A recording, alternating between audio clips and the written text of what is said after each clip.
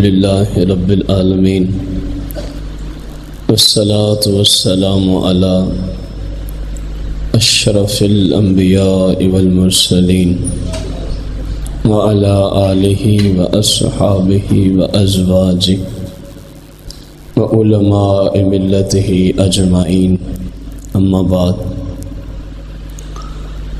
قال اللہ تبارک وتعالی فی القرآن المجید والفرقان الحمید،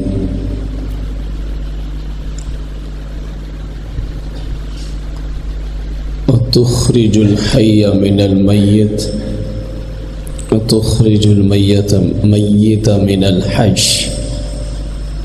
آمنت باللہ صدق اللہ العظیم۔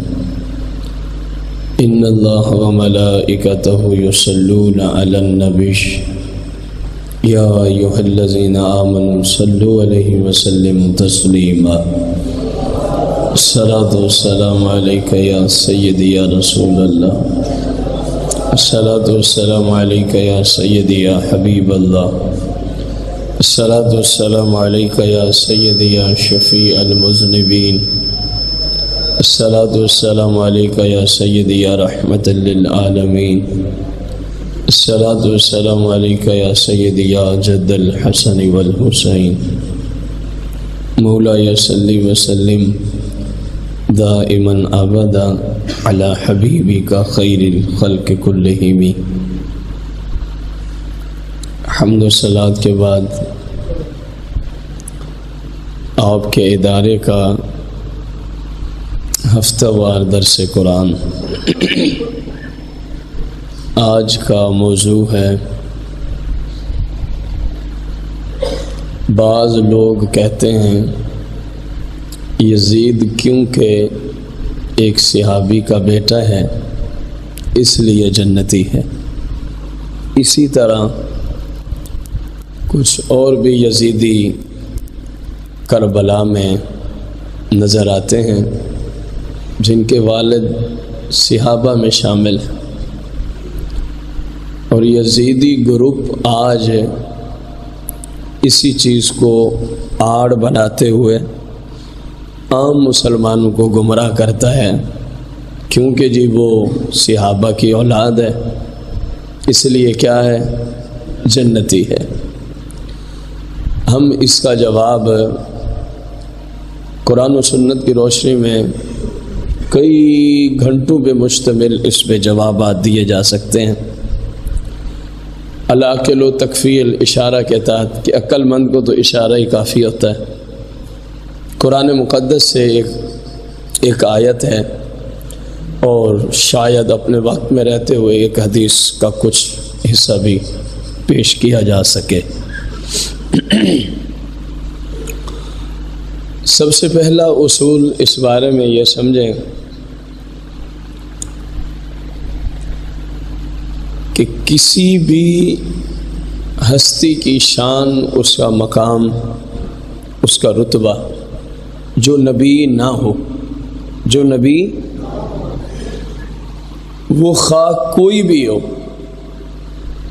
وہ صحابہ میں شمار ہوتے ہوں، وہ اہل بیت میں شمار ہوتے ہوں، جو نبی نہیں ہے وہ نبی کے برابر ہو سکتا۔ اور شریعت کا اصول ہے جو غیر نبی کو نبی کے برابر یا نبی سے افضل کہے وہ کہنے والا کافر ہوتا ہے۔ وہ کہنے والا اصول کیا ہے کہ غیر نبی، میں اس کو مزید آسان کر دوں، انبیاء اور رسول کے بعد اولین و آخرین میں اللہ کریم نے جس ہستی کو سب سے زیادہ مقام، سب سے زیادہ شان، سب سے زیادہ رتبہ، سب سے افضل قرار دیا ہے، اولین و آخرین میں انبیاء اور رسول کے بعد اگر کسی ہستی کو من حیث الکل، من حیث الظاہر والباطن، ظاہری اعتبار سے بھی اور باطنیت کے اعتبار سے بھی اللہ نے کسی ہستی کو شان سے نوازا ہے تو وہ خلیفہ بلا فصل، خلیفہ اول سیدنا ابو بکر صدیق کی ذات ہے۔ ابو بکر صدیق انبیاء کے بعد سب سے پہلے کھڑے ہیں. اس جمعے کی خطبے میں ہر جمعے کو آپ کو یہی عربی میں بتایا جاتا ہے. جب ان کا نام آتا ہے تو ساتھ یہ جملے بولے جا رہے ہوتے ہیں جس کا میں ترجمہ کر رہا ہوں. تو آپ کسی نبی کے برابر ہو سکتے؟ تو جب آپ نہیں ہو سکتے جو انبیاء کے بعد سب سے پہلی ذات کھڑی ہے، تو کوئی اور بھی انبیاء کے برابر ہو سکتا؟ جو کسی کو نبی کے برابر یا افضل سمجھے وہ کیا ہے؟ اب لوگ تو کہتے ہیں، اور بڑی مزے کی بات ہے، میں اس کو تیار کر رہا تھا تو میرے ذہن میں ایک بڑا اچھا سوال بھی اٹھ رہا تھا کہ آج تک تو نسبت کے یہ لوگ تھے منکر. اگر آپ کو بات سمجھ آئی ہو تو کہتے ہیں نسبت کوئی فائدہ نہیں دیتی، بھلے نبی کی بیٹی کی نسبت نبی سے ہو. یہ باقاعدہ ایک شعور ہے اس طرف کہ نبی اپنی بیٹی کو جہنم سے نہیں بچا سکے گا. استغفر اللہ العظیم. یہ شعور ہے، یہ ان کا شعور ہے. میں اب کچھ بولتا نہیں، میرے پاس ٹائم نہیں ہے. جو یزید کو جنتی بنا رہے ہیں یہ انہی کا شعور ہے. اور جی کیوں نہیں جا سکتی ان کی شہزادی جنت میں؟ اور جی نسبت کوئی فائدہ نہیں دیتی. نسبت شرک ہے، نسبت بدعت ہے، نسبت حرام ہے. تو یہاں کیسے نکل آئیے؟ ایک جہنمی بندے کو تم جنتی بنانے کے لیے کہہ رہے ہو کیونکہ صحابہ کی اولاد ہے. حالانکہ قرآن نے یہ اصول نہیں دیا کہ صحابہ کی اولاد جو مرضی کرے وہ جنتی ہے. قرآن نے یہ اصول، بلکہ قرآن تو میں قرآن پڑھتا ہوں نا، اب انبیاء کی اولاد کو اللہ نے جہنمی قرار دیا ہوا ہے. جب ان کے عمل انبیاء جیسے نہیں ہیں، تم تو صحابہ کی بات کرتے ہو. نسبت ایک اعتبار سے آپ کے لیے جملہ، آپ کے لیے، انہوں نے تو نہیں ماننا کہ جب اپنی بات منوانے پہ آ جائیں غیر، جہاں قرآن کہے نسبت فائدہ نہیں دیتی وہاں بھی نسبت پھر توحید بن جاتی ہے. تبھی تو صحابہ کی نسبت سے یزید کو جنتی کہا جا رہا. قرآن کہہ رہا ہے کہ اب نسبت فائدہ نہیں دیتی، اصول بن گیا. لیکن اپنی بات کو پورا کرنے کے لیے نسبت توحید بھی ہے، نسبت شریعت بھی ہے، نسبت حدیث بھی ہے، نسبت قرآن بھی ہے. اور اگر مسلمان قرآن والی نسبت کی بات کریں تو پھر فتویٰ ہوتا ہے نسبت بدعت بھی ہے، نسبت حرام بھی ہے، نسبت شرک بھی ہے، اور نسبت کا عقیدہ رکھنے والے سارے مشرک بھی ہیں.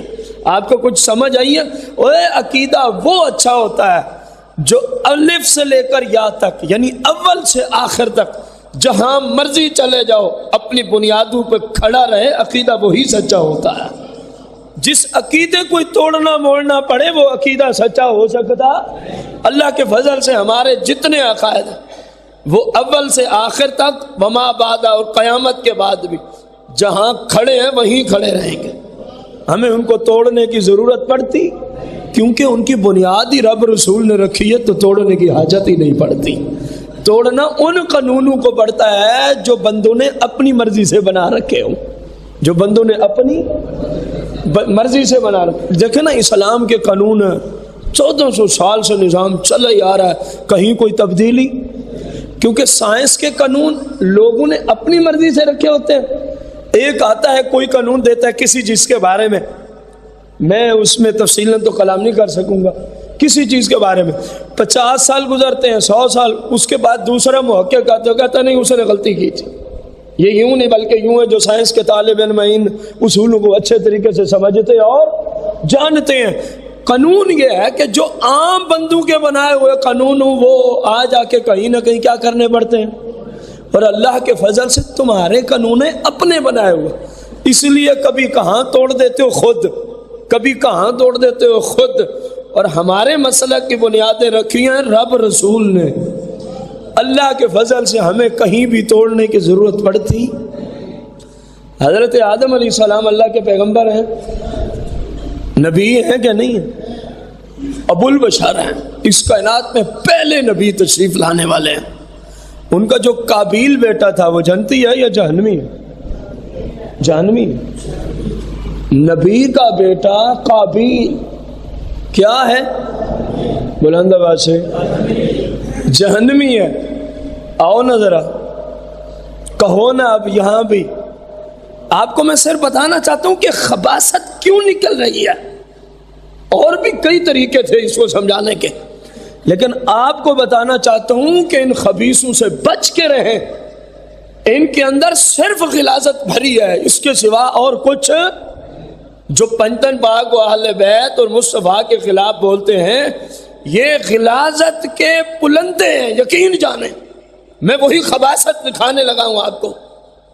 کبھی آپ نے سنا ہے ان سے انہوں نے کہا ہو قابیل جنتی ہے کیونکہ وہ اللہ کے نبی کا؟ کبھی سنا ہے آپ نے؟ کیوں نہیں کہتے؟ حالانکہ قانون پہلے رکھا تھا صحابہ جتنا مرضی شان کے مالک ہوں کسی نبی کے برابر ہے نہیں ہو سکتے. آپ کو بتانے چلا ہوں کہ خباثت یہاں کیوں اگل رہے ہیں، یہ میں بتانے چلا ہوں. سمجھ تو آپ کو آگے، لیکن بتاؤں گا آگے جا. اللہ کا پاک پیغمبر جناب آدم علیہ الصلوۃ والسلام، قرآن کہے ان کا بیٹا قابیل کیا ہے؟ بلکہ ہمیشہ جہنمی ہے. صرف جہنمی بھی نہیں کہتا قرآن، ہمیشہ جہنمی ہے. اور ساتھ فتویٰ دیا رب نے کہ کائنات میں جتنے بھی مسلمانوں کا قتل ہوگا سب کا گناہ قابیل کے ذمہ ہم نے ڈال دیا ہے. یہ قرآن کا فتویٰ ہے. جتنے بھی انسانوں کا ناحق کیا ہوگا قیامت تک ان سب کا گناہ کس کے ذمہ ڈالا ہوا ہے؟ یہ رب کا فتویٰ ہے قرآن میں. اب کوئی میدان میں نہیں آئے گا کیونکہ جی قابیل اللہ کے نبی کے بیٹے ہیں، اس لیے وہ کیا ہے نہیں اترے میدان میں. چلو ممکن ہے کوئی آدم علیہ السلام سے عداوت ہو، وہی مانا کہ انہوں نے انگوٹھے کیوں چومے تھے، ہمارے مسئلہ کے خلاف کیوں کیا تھا. ممکن ہے آدم علیہ السلام سے عداوت ہو، وہی مانا کہ انہوں نے نبی کی تعظیم کیوں کی تھی. ہمارے مسلک میں تو نبی کی تعظیم کرنا بنتا ہے شرک. ممکن ہے وہ حضرات آدم علیہ السلام کو مانتے ہی نہ ہو، ممکن ہے کیونکہ ان کے عقیدے کے خلاف جو کیا ہے، ان کے عقیدے کے. آپ ناراض نہیں ہونا، جہاں میں بھول جاؤں نا آپ مجھے اصلاح کر سکتے ہیں میری. کیونکہ انگوٹھے چومنا ان کے ہاں شرک و بدعت، اور آدم علیہ السلام نے بولے تو صحیح ہے. کیونکہ اللہ کے پاک پیغمبر کی تعظیم ادب و احترام کرنا ان کے ہاں شرک اور بدعت اور حرام، اور جناب آدم علیہ السلام نے فضیلت اسی وجہ سے فرشتوں پر ہے. تعظیم انبیاء والی وجہ سے ہی تو فرشتوں پہ آپ علیہ السلام کو فضیلت ہے. فرمایا چلو اے میرے نبی کی تعظیم کرو. آدم علیہ السلام کا نظریہ ہے نا نبی کی تعظیم توحید ہے. اگر نہ ہوتا وہیں کھڑے ہو جاتے یا اللہ یہ تو شرک ہے، یا اللہ یہ تو شرک ہے. اس لیے نہ بولنا اس بات کی دلیل ہے کہ تعظیم انبیاء والا عقیدہ رکھا. ممکن ہے نہ مانتے ہوں، آ جاؤ نوح علیہ السلام کی بارگاہ میں. ٹھیک ہے، آپ نے تو بظاہر یوں روایات میں اگرچہ آپ انگوٹھے چومنے کے قائل، لیکن بظاہر چومے نہیں، ایسی کوئی حالت ہی نہیں بنی. تو نوح علیہ السلام کا بیٹا جہنمی ہے قرآن کہہ رہا ہے. سمجھ آئیے کہ نہیں ہے؟ اور صرف جہنمی نہیں، تمہاری جو خباثت ہے نا اس کو بھی قرآن نے بیان کیا ہے. قال یا نوح انہ لیس من اہلک. اٹھاؤ عربی مفسرین کو، کیا یہ جناب نوح علیہ السلام سے نہیں ہے؟ نوح علیہ السلام کا حقیقی بیٹا ہے. نوح علیہ السلام کا رب قرآن میں فرما رہا ہے یہ آپ کا بیٹا نہیں ہے، یہ آپ کا لیس من اہلک ہے ہی نہیں آپ کے اہل میں سے. حالانکہ نوح علیہ السلام کا حقیقی بیٹا ہے. دو فتوے ہیں یہاں پہ، ایک نبی علیہ السلام کا بیٹا نوح علیہ السلام کا کیا ہے، نمبر دو اللہ فرماتا ہے یہ آپ کا بیٹا ہی نہیں ہے، یہ آپ کی نسل ہی نہیں ہے. مالک ہے تو نوح علیہ السلام کا ہی، کیونکہ پیغمبروں کے گھروں میں ایسا وہم و گمان کرنے والا ہی کافر ہو جاتا ہے جو بظاہر آیت دے رہی ہے. فرمایا جواب آگے کھڑا ہے، انہو عمل غیر صالح. انہو آپ کا بیٹا نہیں ہے، وجہ انہو عمل غیر کیونکہ اس کے اعمال آپ والے نہیں ہیں۔ اے میرے پاک پیغمبر، بیٹا آپ کا ہی ہے، ہم نے کیوں آپ کی نسل سے خارج کیا؟ نسب میں خلل نہیں ہے، معذرت کے ساتھ عرض ہے، نسب وہی ہے۔ اب میں وہ کلمات لقد خلقنا الانسان من نطفہ والے ایک پیغمبر کی شایان نشان بول نہیں سکتا، اس لیے جملہ بولو، نسب میں خلل، نسب وہی ہے، نوح علیہ السلام سے ہی ہے، لیکن فرمایا ہے نہیں آپ کا۔ وجہ یہ ہے اس کا نظریہ آپ والا نہیں ہے، یہ آپ والا عقیدہ نہیں رکھتا، یہ آپ والے نظریات تو قرآن سے ثابت ہوا۔ نبی کا بیٹا ہے، رب فرماتا ہے آپ کا، نبی کا بیٹا ہے، رب فرماتا ہے یہ آپ کی نسل۔ وجہ کیا قرار دی؟ اس کے نظریات آپ والے، اس کے نظریات آپ والے۔ ثابت ہو گیا نا کہ بندے کا اپنا بھی نسب ہو، جس کے نسب میں شک کرنے کی گنجائش ہی اسلام، نبی کے نسب میں ہم شک میں گنجائش نہیں کر سکتے، مگر نہ ہمارا ایمان برباد ہو جائے گا۔ اللہ فرما رہا ہے نسب تبھی کام دیتے ہیں جب طریقہ بھی نسب والے کا اپنایا جائے، نسب تبھی بندے کو بچاتے ہیں جس کے نسب سے ہے اس والا نظریہ اور عقیدہ بھی رکھتا ہو۔ اے پیارے نوح، یہ تو تیرا نظریہ ہی نہیں رکھتا، یہ تو تیرے طریقے پہ ہی نہیں عمل کرتا، اس لیے ہم نے کہا یہ آپ کے اہل کا فرد۔ دو انبیاء کی مثالیں پیش کی، قرآن سے پیش کی، اور دونوں نبی، دونوں کے بیٹے کیا ہیں؟ جہنمی ہیں۔ وجہ کیا نکلی ہے؟ آدم علیہ السلام کی طرف جائیں گے، وجہ وہی کہ آدم علیہ السلام نے روکا تھا، بیٹا کسی مسلمان کا قتل روا نہیں ہے، کسی مسلمان کا قتل جائز؟ اس نے کہا نہیں میرے لیے جائز ہے۔ تو حلال حرام کو حلال کہا، ہمیشہ جہنمی ٹھہرا، اور صرف قتل کرتا نا، حلال کو حرام نہ سمجھتا، حرام کو حلال نہ سمجھتا، صرف قتل کرتا تو ہمیشہ جہنمی نہ ہوتا۔ تو قتل کرنا گناہ ہی ہے نا، کبیرہ گناہ ہی ہے نا۔ مین مسئلہ سمجھنے کی ضرورت کہ جو شریعت نے کیا حرام، اس نے کہا میرے لیے ہے، یہ یزیدیوں کو سمجھ آئے گا یہ قانون آپ کو۔ جو اللہ نے کیا حرام، اس نے کہا میرے لیے ہے حلال۔ ایک قانون یہ، بھلے نبی کا بیٹا ہو، اللہ کے حلال کو حرام کہے، اللہ کے حرام کو حلال کہے، اللہ فرماتا یہ فارغ ہو گیا، اب اس کی نسب ختم ہو گیا۔ اور دوسرا، کسی کے نسب سے فائدہ اٹھانے کے لیے یہ ضروری ہے کہ وہ اپنے باپ والے طریقے پہ چلتا ہو، وہ اپنے باپ والے طریقے پہ چلتا ہو، پھر نسبت فیض دیتی ہے، پھر نسبت فیض۔ اب آ گئے جی یزید صحابی رسول کا بیٹا ہے، میں نے کہا مجھے اس میں کوئی شک ہے، جو شک کرے میں اس پہ لعنت بھیجتا ہوں، کیونکہ سیدنا و سندنا و مأوانا و ملجانا جناب امیر معاویہ، کہو نا سارے رضی اللہ تعالی عنہ، سارے بولو رضی اللہ تعالی۔ آپ میرے آقا کریم کے سچے غلام ہیں، میرے آقا کریم کے سچے صحابی ہیں، اور سارے صحابہ مصطفیٰ کریم کے فیض سے جنتی ہیں، ٹھیک ہے؟ آپ صحابی بھی ہیں اور سرکار کی حدیثیں موجود ہیں، یا اللہ اس کو ہدایت والا بھی بنا دے امیر معاویہ کو، اور ہدایت دینے والا بھی بنا دے۔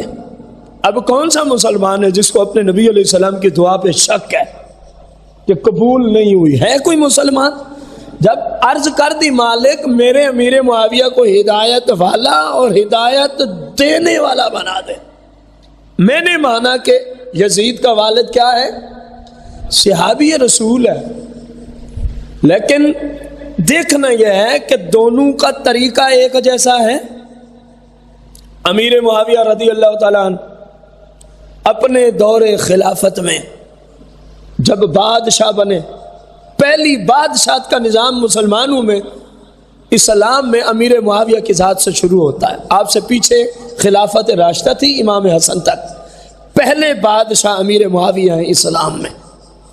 پوچھو نا امام حسن و حسین رضی اللہ عنہما سے کہ جتنی دیر امیر معاویہ رضی اللہ تعالی عنہ زندہ رہے ہیں، سب سے زیادہ تحفے آپ کے گھر میں کس ہستی سے آتے رہے؟ پوچھو ان دونوں جنت کے نوجوانوں کے سرداروں سے. کئی لاکھ درم، کئی ہزار دینار تحفے کے طور پہ پیش کر دیتے. حضور کیونکہ آپ میرے آقا کریم کے نواسے ہیں، میری طرف سے یہ تحفہ قبول فرما لیجیے، میری طرف سے یہ تحفہ قبول فرما لیجیے. پڑھیں نا آپ. یہ ہے باپ. اہل بیت سے کیا تعلق ہے؟ اہل بیت سے. اور سب سے قیمتی چیز بندے کے بعد دولت ہی ہوتی ہے نا، بندے کی طرف نسبت کریں تو انہوں نے تو اپنی دولت ہی ان کے قدموں پہ نشاور کی ہوئی ہے.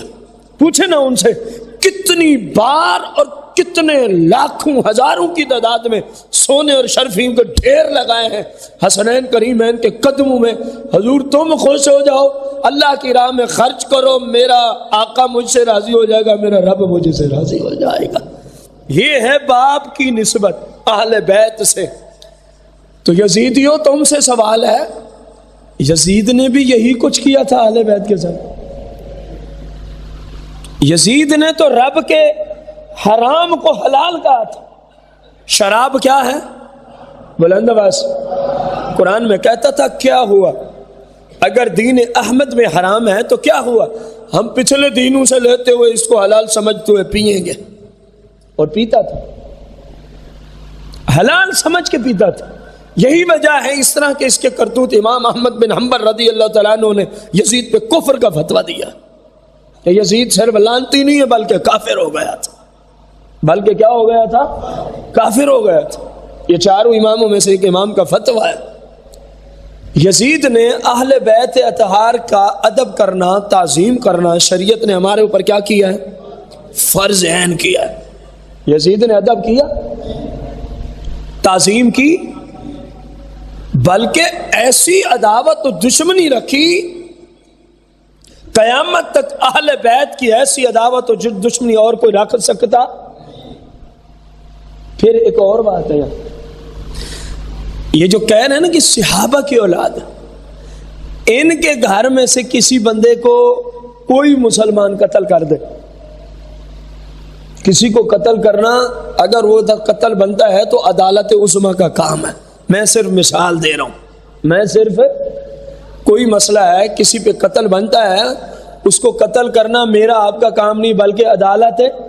یہ عدالت کا کام ہے. جتنے بھی مجرموں کو سزائیں دینی ہے کون دے گی؟ عدالت دے گی. دے گی ٹھیک ہے، نہیں دے گی حکومت جانے، رب جانے. اگر ان کے بندے کو کوئی کیا کر دے تو پھر اس بندے پہ کیا فتویٰ آئے گا؟ یار آپ کو سمجھ نہیں ہے. اچھا ان سے کبھی پوچھ لینا کہ یار کوئی کسی مسلمان کو ناحق کیا کر دے تو قرآن میں اس کے بارے میں کیا فیصلہ ہے؟ فوراً پڑے گا فجزاؤہ جہنم. اللہ نے قرآن میں فرمایا جو کسی ایک انسان کو قتل کرے فجزاؤہ جہنم، اس کی سزا کیا ہے؟ یہ قرآن ہے. اور بندہ ان سے پوچھے اگر تیرے گھر سے کوئی بندہ قتل ہو جائے، پتہ ہی نہیں ہے کہ مسلمان بھی ہے یا نہیں، گستاخی کی وجہ سے، تو سزا ہے قاتل کی کیا؟ جہنم. اور میرے آقا کریم کے گھرانے کے افراد جس نے شہید کرا دیے، عقل والوں کے لیے میں نے پہلے کہا تھا کہ صرف اشارے ہی ہیں، باقی دلائل کے تو انبار ہیں. آپ کئی دن بیٹھے رہے یزید کو جہنمی قرار دینے پہ قرآن و سنت خاموش نہیں ہوتے. اتنے دلائل موجود ہیں قرآن و سنت. رسول اکرم نور مجسم صلی اللہ تعالی علیہ وآلہ وسلم نے ارشاد فرمایا تھا، قال النبی صلی اللہ علیہ وسلم ان الرجل صعد بین الرکن والمقام فصلى وصام ثم مات وهو مبغض لأهل بیت محمد صلی اللہ علیہ وسلم داخل النار او كما قال النبی صلی اللہ علیہ وسلم. سادہ لفظوں میں ترجمہ ہے ان الرجل صعد بین الرکن والمقام، کوئی بندہ کعبہ مشرفہ اور مقام ابراہیم کے درمیان اس کی رہائش ہو. آپ اندازہ لگا، مثال اس جگہ کی دی ہے جہاں جگہ کے اعتبار سے حد ختم ہو رہی تھی. کعبے میں ایک نیکی کرو تو میرے آقا فرماتے کوئی بندہ ہے جس کا گھر کہاں ہے؟ کعبہ اور مقام ابراہیم کے درمیان، شاید اتنا ہی فاصلہ ہو جتنا یہ دروازہ اور آپ کی مسجد کا محراب ہے، کعبے اور مقام ابراہیم میں شاید اتنا ہی فاصلہ ہو، شاید ایک اندازے کے تحت، تو جو اس کے درمیان رہتا ہو فصلى وصام، فرمایا نمازی بھی ہے اور روزے بھی رکھتا ہے۔ کہاں؟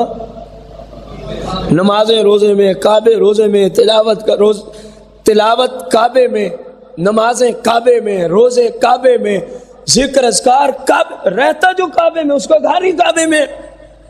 ثم مات فی الکعبہ، اور وہ مر گیا، تو بندے کو تو جنتی ہونا چاہیے، جس نے نمازیں بھی ساری زندگی پڑھی ہوں۔ میں نہیں کہہ رہا، میں کہوں نا حاجی صاحب نمازی ہیں، میرے کہنے میں شک ہو سکتا ہے، کیونکہ میری زبان کی صداقت کی قرآن گواہی نہیں دیتا۔ گو میں کوشش کرتا ہوں مسلمان ہونے کے ناطے کہ جھوٹ نہ بولوں، لیکن قرآن نے میری زبان کو حق اور سچ کا فتویٰ۔ کافر مجھے صادق کے نام سے جانتے نہیں جانتے، مجھے شک ہو سکتا ہے۔ آپ کہیں مجھے کہ یہ بندہ نمازی ہے، آپ کے کہنے میں شک ہو سکتا ہے۔ اندازہ لگائیں، اندازہ جس شخص کو کعبے کا نمازی وہ ہستی فرمائیں جن کی زبان پہ صرف رب بولتا ہے، مصطفیٰ کریم نے فرمایا یہ کعبے کا نمازی ہے، اور جن کی زبان کی صداقت اتنی ہے اپنے تو اپنے دشمن بھی کہتے تھے بندہ سچا ہے، بندہ دشمن بھی کہتے تھے۔ آج تک کبھی ہم نے ان کی زبان سے جھوٹ نہیں سنا۔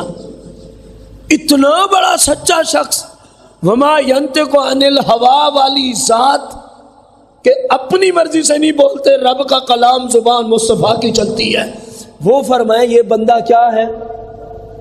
بولو تو صحیح، نمازی ہے۔ یہ بندہ کیا ہے؟ یہ بندہ روزے رکھنے والا ہے، اور وہ بھی فی الکعبہ۔ کہاں؟ کعبے میں نمازیں، کعبے میں روزے۔ ثم مات فی الکعبہ، اور مر گیا۔ جنتی ہونا چاہیے کہ نہیں ہونا چاہیے؟ یہ جن کو کعبے کی نسبت پریشان کر رہی ہے ان کے لیے بھی یہ جملہ ہے۔ کعبے میں رہنا کسی کو جنتی نہیں بناتا، کعبے کی امامت کسی کو جنتی نہیں بنا دیتی، کعبے کی اقتدا کسی کو جنتی، کعبے کا متولی اور خادم ہونا کسی کو جنتی بناتا۔ جنتی ہونے کے لیے صحیح العقیدہ ہونا ضروری ہے۔ دیکھو میرے آقا فرما رہے ہیں ثم مات فی الکعبہ، وہ بے ایمان مر گیا کہاں؟ وَهُوَ مُبْغِضٌ لِأَهْلِ بَيْتِ مُحَمَّدٍ دَخَلَ النَّارَ، او کما قال صلی اللہ علیہ وسلم، فرمایا وہ دل میں میری آل سے بغض رکھتا تھا۔ وَهُوَ مُبْغِضٌ لِأَهْلِ بَيْتِ مُحَمَّدٍ صلی اللہ علیہ وسلم، فرمایا میری نسل سے وہ کیا رکھتا تھا؟ بغض، اناد، میری نسل سے عداوت اور دشمنی رکھتا تھا۔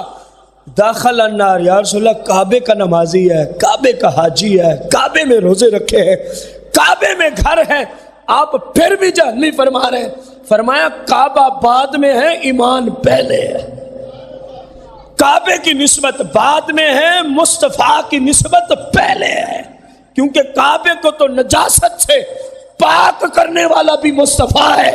اسی کعبے میں 360 بت تھے، اسی کعبہ میں لوگ کپڑے اتار کر ننگے طواف کرتے تھے، اسی کعبہ میں لوگ شرابیں پیتے تھے، اسی کعبہ میں فلاں بے حیائی ہوتی تھی۔ فرمایا کعبہ تو میری وجہ سے پاک ہوا ہے، پہلے عقیدہ میرے ساتھ سچا رکھ، پھر کعبے میں آ جا تو بڑی اچھی بات ہے، جنگل میں بھی تو مر جا، عقیدہ سچا رکھ، تیری جنت جانے مصطفیٰ جانے۔ بچہ ہے کعبے کا نمازی، جہنم سے بچا ہے، دوزخ سے بچا ہے۔ کعبے کے طواف، جس کا گھر کعبے میں ہو ظاہر وہ طواف بھی تو وہ ساری باتیں کہاں کرتا ہوگا؟ فرمایا یہ لعنتی جہنمی ہے۔ یا رسول اللہ حساب بھی کوئی نہیں، فرمایا حساب تو ان کا ہوتا جنہوں نے کچھ کیا ہو۔ نہیں سمجھ آیا جملہ؟ آپ نے فرمایا داخل النار، ڈائریکٹ جہنمی ہے۔ یا رسول اللہ حساب تو لینا چاہیے، فرمایا حساب تو اس کا ہوتا جس نے کچھ کیا ہو۔ یا رسول اللہ خود ہی تو فرمایا پیچھے فصلى وصام، ادھر ہے جس نے کچھ کیا ہو، پیچھے ہے نمازی ہے، روزے رکھتا ہے، فلاں عبادت۔ عجیب، فرمایا نمازیں پڑھی ضرور ہے لیکن ہوئی نہیں، روزے رکھے ضرور ہیں لیکن ہوئے کیوں میرے آقا کریم صلی اللہ علیہ وسلم؟ فرمایا میری آل کا دشمن جو ہے، اگر ایک بندہ کعبے میں رہ کے صرف عداوت رکھے تو میرے آقا فرمائے وہ جہنمی ہے، اور ایک بندے نے عطرت پاک کا، بس میں وہ کلمات نہیں بولتا، میرے آقا کریم کی نسل پاک کو شہید کرنے والا لعنتی شخص، بتائیے کس طرح جنتی ہو سکتا؟ یہ میں نہیں فیصلہ دے رہا، یہ فتویٰ مصطفیٰ کا ہے۔ اور ان کا اعتراض صحابہ کی اولاد ہے۔ اللہ پاک قرآن میں فرماتا ہے وَتُخْرِجُ الْحَيَّ مِنَ الْمَيِّتِ وَتُخْرِجُ الْمَيِّتَ مِنَ الْحَيِّ۔ اس آیت کی مفسرین نے بہت ساری تفسیریں بیان کی ہیں، ہم صرف ایک اپنے متعلقہ موضوع کی لیں گے۔ یہاں میت سے مراد ہے کافر، اور حی سے مراد ہے مومن مسلمان۔ اب قرآن کو دیکھو، وَتُخْرِجُ، اور اللہ نکالتا ہے، اللہ پیدا کرتا ہے، الحی مسلم کو، من المیت کافر سے۔ اللہ مومن کو کافر سے بھی پیدا کر دیتا ہے۔ کتنے صحابہ ایسے ہیں جن کے والد ایمان، او جو آیا تھا میرے ابے نے وصیت کی تھی 50 غلام آزاد کرنے ہیں، مر گیا، یا رسول اللہ کیا میں وصیت پوری کر دوں؟ فرمایا تیرا ابا مسلمان تھا؟ عرض کی نہیں۔ فرمایا اصال ثواب صرف مسلمانوں کے لیے ہوتا ہے، کافروں کو کرنے کی اجازت نہیں ہے، کافروں کو کرنے کی۔ وَتُخْرِجُ الْحَيَّ مِنَ الْمَيِّتِ، کافروں سے مسلمان نکال دیتا ہے، یہ اس کی شان ہے، یہ مالک کی قدرت ہے۔ کافروں سے آگے وَتُخْرِجُ الْمَيِّتَ مِنَ الْحَيِّ، اور وہ مسلمانوں سے کافر پیدا کر دیتا ہے، اور وہ زندوں سے مردوں کو پیدا کر دیتا ہے۔ یہاں مردے سے مراد کفار ہیں، بے ایمان ہیں، میرے آقا کریم کی شریعت کے مطابق جن کا عقیدہ نہیں وہ مراد ہے۔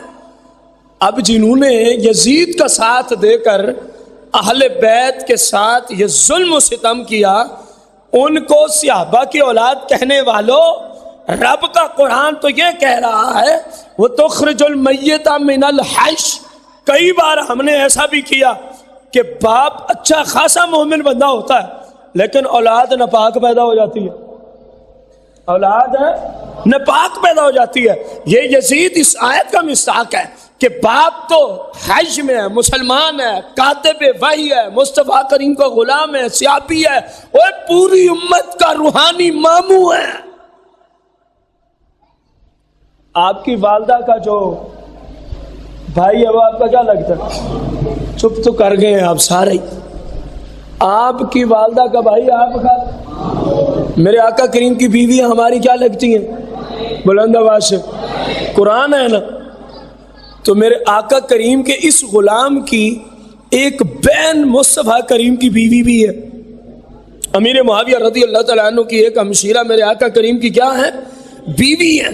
تو آپ ہیں ہماری ماں، اور آپ کا بھائی پوری امت کا کیا بنا؟ اندازہ لگائیں یار کیسی باتیں ہو رہی ہیں۔ قرآن کیا کہہ رہا ہے؟ فرما پاکیزہ سے ناپاک کو نکال دیتے ہیں، ناپاکوں سے پاکوں کو نکال دیتے ہیں۔ یہ تو ہماری قدرت ہے، ہم تو تمہیں بتانا چاہ رہے ہیں، ہماری قدرت کا تو یہ سسٹم ہے، چاہتے ہیں تو کافر سے مسلمان پیدا کر کے رکھ دیتے ہیں، چاہتے ہیں تو مسلمانوں سے بے ایمان پیدا کر کے رکھ دیتے ہیں۔ یہ جتنے یزیدی ہیں وہ سارے اس آیت کے مصداق ہیں۔ ان کے باپ بڑے اچھے تھے، وہ غلام آل رسول تھے، اور یہ دشمن آل رسول بنے، اور یہ دشمن۔ آخری بات کر کے ختم کروں گا، خارج سے مثال دے کے۔ میں زندہ ہوں، میرا بیٹا اگر کوئی ایسی ویسی حرکت کرتا ہے جو خلاف شرع ہے، میری ذمہ داری تو ہے اس کو سمجھانا کہ بیٹا یہ غلط کام ہے، بیٹا یہ جب 10 سال سے اوپر ہو گیا اب مجھے مارنے کی بھی اسلام اجازت ہے۔ نماز نہیں پڑھتا، فرض کرتا ہوں، ابھی تو 10 سال کے نیچے میں اس کو مار کے بھی لے آتا ہوں، کل کو اللہ نہ کرے مثال دے رہا ہوں وہ نماز نہیں پڑھتا، تو میرے ذمہ تو شریعت نے اتنا رکھا ہے نا، اس کو کہے نماز تیرے اوپر کیا ہے؟ فرض ہے۔ اب اس کا گناہ میرے ذمہ ہوگا، جبکہ میں اس کو کہہ رہا ہوں جس حد تک میں کہہ سکتا ہوں اسلام کی روشنی میں۔ اگر میں نے نہ کہا تو میں بھی مجرم ہوں۔ میں بھی کیا ہوں؟ مجرم ہوں۔ تو اس کا کردار میری طرف پلٹتا، بولے تو صحیح نہیں، میری طرف پلٹتا؟ کسی صورت بھی نہیں پلٹتا، کسی صورت بھی۔ اولاد کا کردار والد پر تھوپ دیا جائے یہ ہو سکتا؟ جبکہ والد سمجھاتا ہو، اور سمجھائے گا تو تب جب زندہ ہو، سمجھائے گا تو تب جب زندہ ہو۔ اور اگر ایک بندے کا والد دنیا سے ہی چلا گیا، میں یہ کسی اور قوم کے لیے آخر میں ایک جملہ دے رہا تھا، ایک بندے کا والد دنیا سے ہی، اب بیٹا بے غیرت بن جائے، اب بیٹا حرام کام کرے تو باپ کے مزار پہ تو لعنت نہیں بھیجنی چاہیے۔ یہ اس دوسری قوم کے لیے جملہ تھا جو یزید پہ بھی لعنت، معاذ اللہ اس پہ والد پہ بھی لعنت بھیج دیتے ہیں، اور کئی سنی بھی دیکھا دکھائی، ہاں جی ٹھیک ہے ٹھیک ہے، ٹھیک نہیں ہے۔ صحابی رسول پہ لعنت بھیجنے والا خود جہنمی کتا ہوتا ہے، یہ یاد رکھے۔ امیر معاویہ میرے آقا کریم کے صحابی ہیں، یزید نے لعنت اٹھائی اور وہ بھی امیر معاویہ رضی اللہ تعالیٰ عنہ کے دنیا سے چلے جانے کے بعد لعنت اٹھا رہا ہے، حالانکہ زندگی میں بھی لعنت اٹھاتا۔ آپ تو منع کرتے لازمی طور پہ، کیونکہ آپ تو آل رسول کے غلام تھے، ساری زندگی غلامی کا ثبوت پیش کیا ہے، تو تب بھی آپ پہ الزام نہیں تھا۔ اب تو آپ دنیا سے ہی پردہ فرما چکے تھے۔ میں دنیا سے چلا گیا، میرے بیٹے نے پیچھے کسی انسان کو قتل کر دیا، تو اس کا الزام میری قبر پہ دو گے؟ تو کتنے ملعون قسم کا گروہ ہے وہ کہ ایک صحابی رسول دنیا سے چلا گیا، اس کا بیٹا بعد میں لعنتی ہوا۔ ہم کہہ رہے ہیں لعنتی ہے، یہی ثابت کرنے ہم نے پورا موضوع آج کا رکھا ہے کہ یزیدی گروہ سارا ہی لعنتی ہے۔ یزیدی گروہ جو ان کو اچھا سمجھے وہ بھی لعنتی ہے، اور یزیدیوں کے جنازے پڑھنے کی صلاح میں گنجائش ہے، یزیدی بیمار ہو جائیں تو پوچھنے کی گنجائش ہے، یزیدیوں کو ولیمے اور باراتوں میں بلانے کی گنجائش ہے۔ یزید سوچو تو صحیح، میرے آقا کی نسل کے قاتلوں کو ہم بلائیں، میرے آقا کریم کی نسل کے قاتلوں سے تعلق رکھیں؟ کل کو پھر میرے آقا نے خود فرمانا، میری شہزادی بہت ساری قمیضیں لو لہان قیامت کے دن اٹھا کے رب کی بارگاہ میں آئیں گی۔ میرے آقا نے فرمایا، فاطمہ الزہرا سلام اللہ علیہا، بہت ساری قمیصیں ہوں گی جو لو لہان ہوں گی، خون سے تر ہوں گی، لے کے میرے رب کی بارگاہ میں آگے، مالک میرے شہزادوں کا فیصلہ کر۔ تو مصطفیٰ کریم نے پتہ کیا فرمایا؟ میرا رب میری بیٹی اور میری بیٹی کی نسل کے حق میں ہی فیصلہ عطا فرمائے گا، یزیدیوں کے حق میں فیصلہ نہیں دے گا، میرے آقا کریم کی نسل کے حق میں فیصلہ دے گا۔ یہ مصطفیٰ کریم نے پہلے ہی بتا دیا ہے، میرے آقا کریم نے پہلے بتا دیا ہے۔ خدا کا خوف کرو، اسلام سیکھو، نہ مجھے کچھ سمجھو نہ کسی اور کو کچھ سمجھو، کوئی اوقات نہیں ہے ہماری، یقین جانے ٹکے برابر بھی ہماری اوقات نہیں ہے۔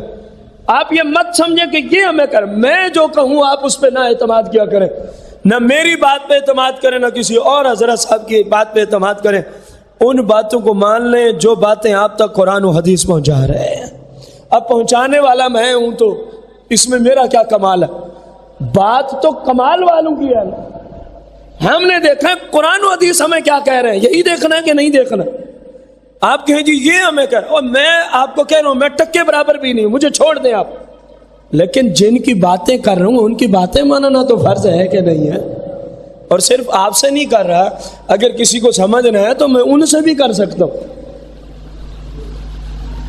اچھا عقیدہ وہی ہوتا ہے جو ہر جگہ بولے، جو ہر جگہ، اپنے گھر میں ہی صرف بولنا اور جن کے خلاف بولنا جا رہا ان کے سامنے ماں مر جائے، وہ عقیدہ اچھا نہیں ہوتا۔ سنیو تمہیں مبارک ہو، جیسے ہم آپ کے سامنے بولتے ہیں نا، اگر کہیں ٹینشن پہنچے کسی کو تو ہم ان کے سامنے بھی اللہ کے فضل سے ایسے ہی بول سکتے ہیں، کیونکہ آپ کا عقیدہ قرآن و حدیث کی ترجمانی ہے۔ اللہ کے فضل سے قرآن و حدیث کے مطابق آپ کا عقیدہ ہمارے ائمہ نے ہمیں سکھایا۔ اللہ تعالی ہمیں ہر سانس میں سنی رکھے، آخری سانس تک اپنے محبوب کا اور محبوب سے تمام نسبت رکھنے والی ہستیوں کا سچا پکا عاشق بنا دے، آمین بجاہ النبی الکریم علیہ الصلوۃ والتسلیم۔